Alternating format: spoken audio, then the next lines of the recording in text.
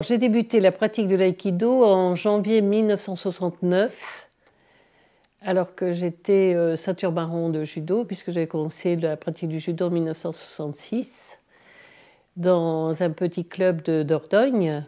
Et à cette époque, mon premier professeur d'aïkido, qui s'appelait Jean-Philippe Danet, venait nous dispenser un cours tous les 15 jours. Et pendant les 2 semaines suivantes, nous répétions ce qu'il nous avait appris. Dès 1968, mon professeur de judo, mon premier professeur de judo, avait créé une section d'aïkido dans son club. Il faut dire qu'à cette époque, beaucoup de professeurs de judo s'intéressaient à l'aïkido. C'était nouveau. Et le judo, à cette époque, était très très souple. C'était quand même très différent de ce que l'on peut voir aujourd'hui du judo. Et donc, les professeurs de judo étaient très intéressés par l'aïkido. J'ai eu la chance de faire de belles rencontres, que ce soit au judo ou en aïkido. Je suis très reconnaissante par exemple à Maître Michigami, qui a été mon professeur de judo pendant plus de 30 ans. Je suis reconnaissante aussi aux techniciens français tels que Christian Tissier et Franck Noël, hein, et puis à tous les sensei japonais de passage en France, que ce soit Yamaguchi Sensei, Ando Sensei, Sugano, Yasuno Sensei, Miyamoto Sensei, etc. Et d'autres, pardon. La rencontre la plus décisive pour moi, qui est à l'origine sans doute de mon engagement sans faille dans la pratique, c'est celle établie avec Saotome Sensei, que j'ai rencontré dans les années 80, 84 plus exactement, et qui m'a dispensé son enseignement pendant de nombreux stages, hein, puisqu'il est venu pendant plus de 20 ans en France. Il m'a fait l'honneur de me considérer comme son élève alors que je n'étais pas affiliée à son école aux États-Unis. Il a toujours été très attentif à mon parcours, hein, donc je lui suis énormément reconnaissante et il m'a beaucoup apporté. Alors précisément, aussi paradoxalement que ça puisse paraître, ça me semblait un prolongement ou un complément à ce que j'étudie en judo. Et ce sentiment a été renforcé après parce que j'ai beaucoup pratiqué et démontré le Juno-kata, qui est le kata de la souplesse, et qui fait le lien, à mon avis, entre le judo et l'aïkido, du fait de ce que l'on peut faire au niveau du corps et aussi de l'attitude mentale. Voilà. Et donc, j'ai pratiqué le judo et l'aïkido pendant plus de 30 ans.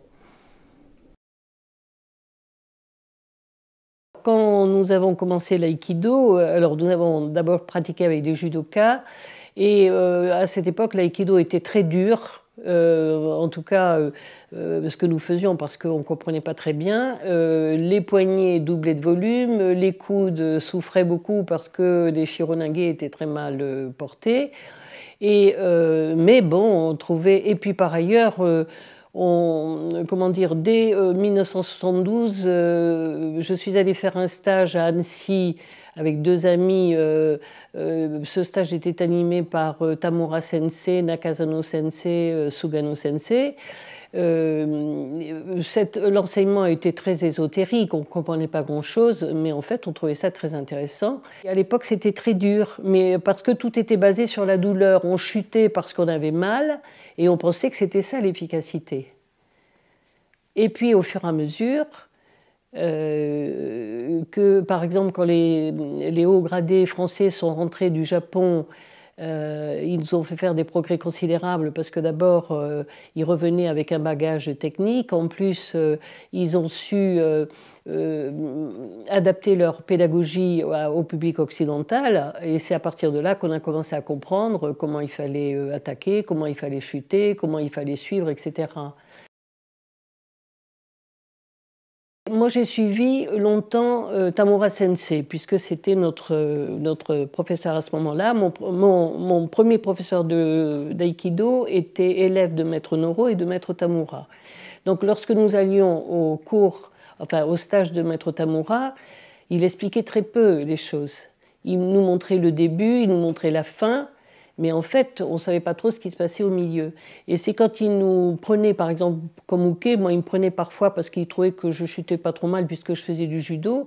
Je sentais bien qu'il se passait quelque chose. Par exemple, dans les côtés Gaishi, qu'il y avait autre chose que ce qu'il nous montrait au début et à la fin. C'était arrêté. Et donc, mais par contre, ils n'expliquaient pas. Ce qu'ont fait les hauts techniciens français là, quand ils sont rentrés, c'est qu'ils ont commencé à nous expliquer comment ça se passait, comment ça pouvait se faire. Notamment les placements, les déséquilibres, les projections, les immobilisations, etc. Le problème se pose dans tous les pays, y compris au Japon. Hein, il y a un manque de pratiquants hein, partout. Et donc, à quoi il faut l'attribuer, ça, je ne sais pas trop. Il faut dire qu'à mon époque, moi, quand j'ai commencé, on n'avait pas beaucoup le choix. Hein. Donc, quand on voulait pratiquer une activité physique, judo, aikido, ou après, c'était les sports collectifs. Donc, c'est vrai que, alors qu'actuellement, bah, il y a un éventail de possibilités, d'activités où les gens font du zapping à longueur de temps. Ils commencent quelque chose une année, après ils vont faire autre chose. S'ils regardent un peu sur les comment dire, sur les réseaux sociaux, on leur dit que l'art martial le plus efficace, c'est le Krav Maga, donc ils vont aller au Krav Maga pendant 6 mois. L'aïkido, c'est un long engagement.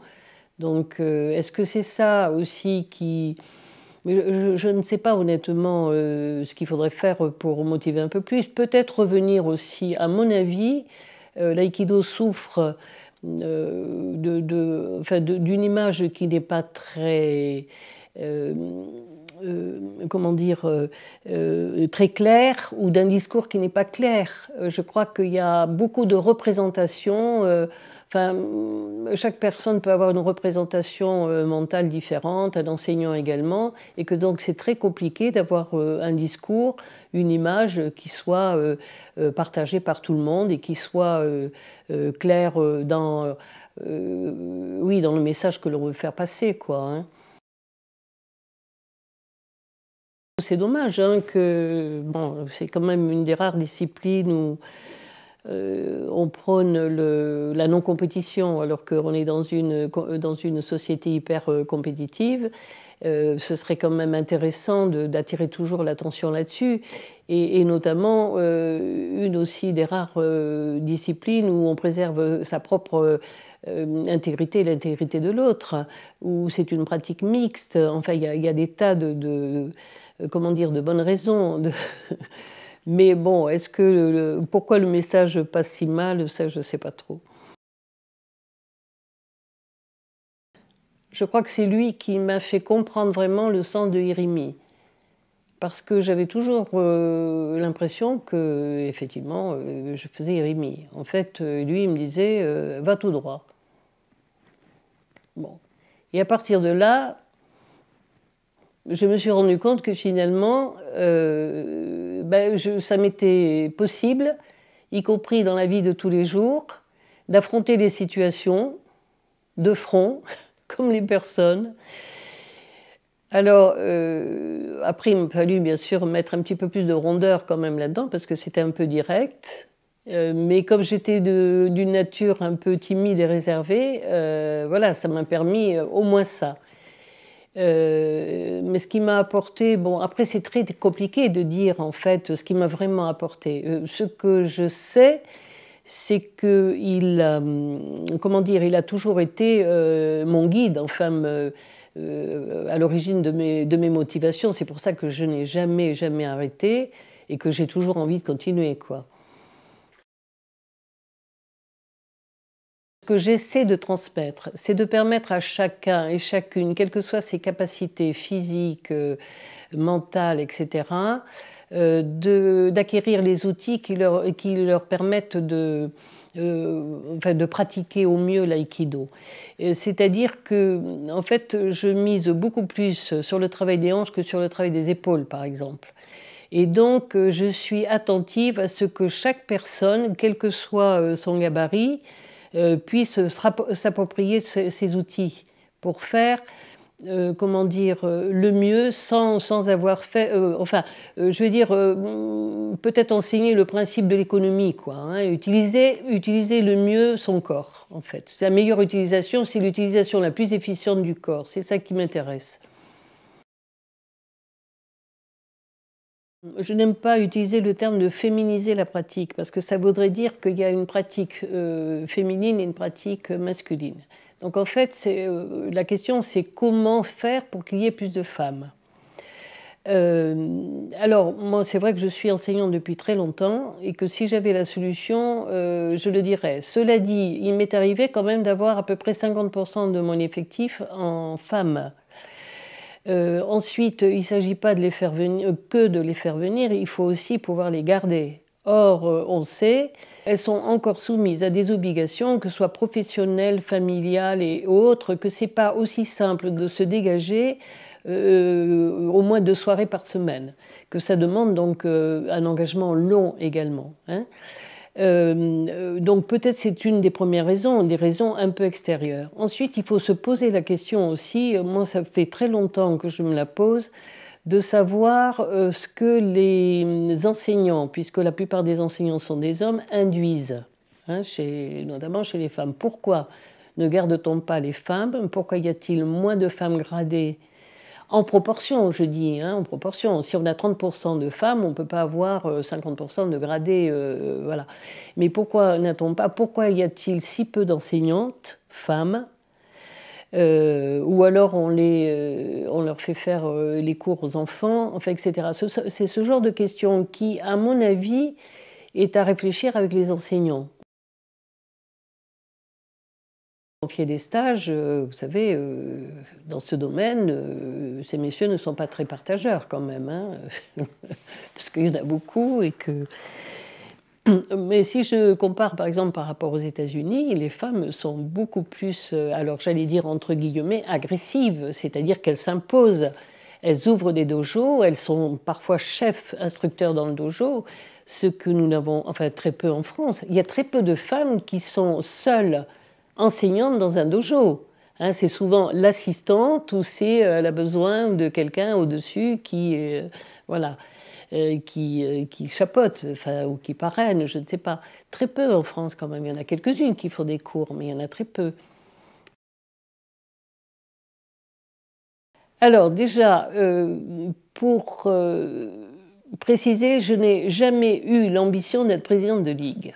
Donc c'est assez intéressant comment j'y suis arrivée. C'est-à-dire que dès que j'ai été ceinture noire, 1976, on est venu me chercher pour que je fasse partie du comité directeur de la Ligue, parce qu'il fallait une femme et il fallait être ceinture noire. À l'époque, pour faire partie des instances, il fallait être ceinture noire. Comme il y en avait très peu à l'époque, on est venu me chercher. Donc j'ai fait partie du comité directeur pendant très longtemps. Et comme je n'avais pas vocation à jouer les faire-valoir ou les prétextes, j'ai pris une part active. J'ai commencé par proposer mes services en secrétariat, par exemple.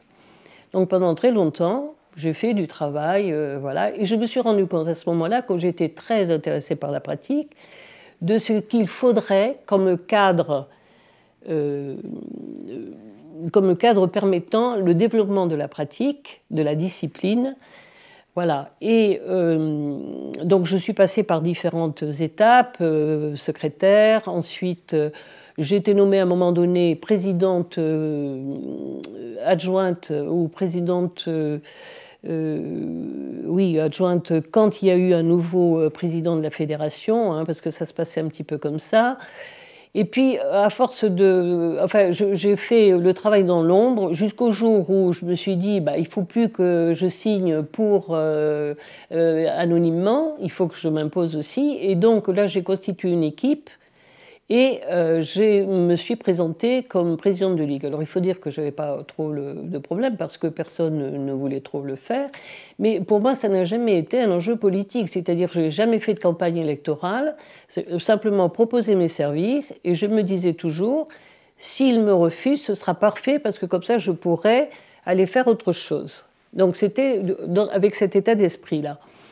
Pour rentrer au comité directeur de la fédération, ça a été la même chose, c'est-à-dire que le président de l'époque travaillait à Bordeaux, il m'a rencontré dans le dojo où je faisais des cours à l'époque, Et il m'a proposé de rentrer au comité directeur de la fédération.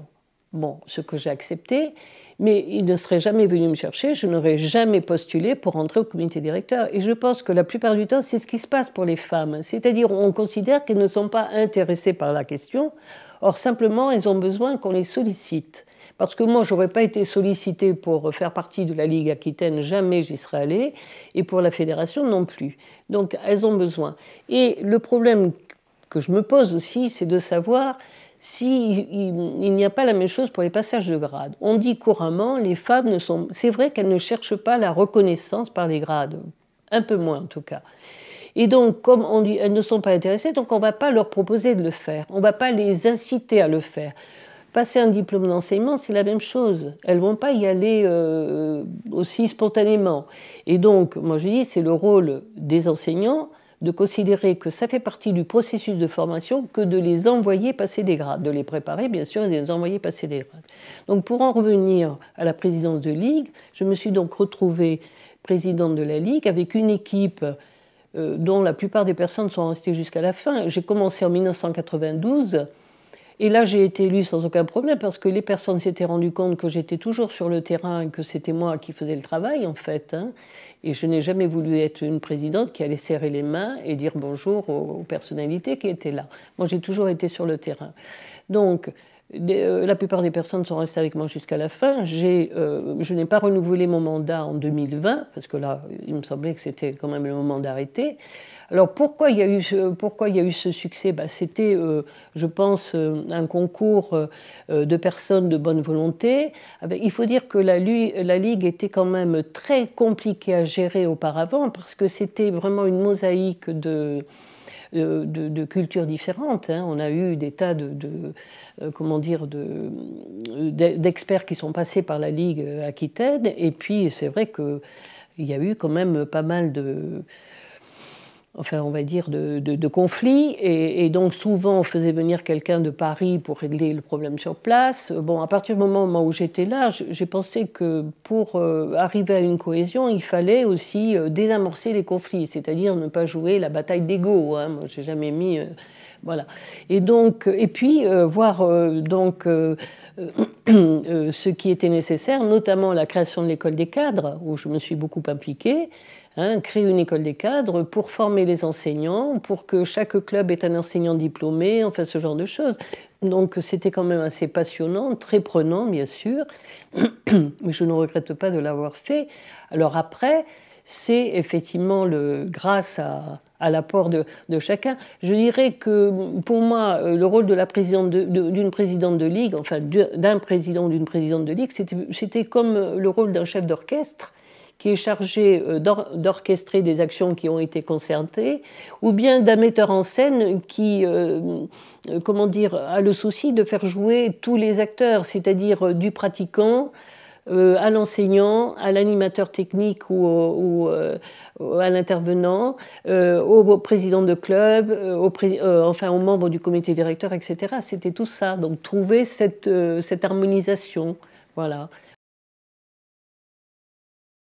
Les judokas sont la plupart, enfin une grande partie machos, mais au moins ils l'assument. En aïkido, il y en a autant, mais c'est beaucoup plus pervers, c'est beaucoup plus caché. Et donc, alors comment Bon, moi d'abord, peut-être que le fait de faire du judo m'a donné un avantage. Je fantasmais probablement, mais je pense m'a donné un avantage. Et puis alors, moi, j'ai développé comment on pourrait dire, une parade,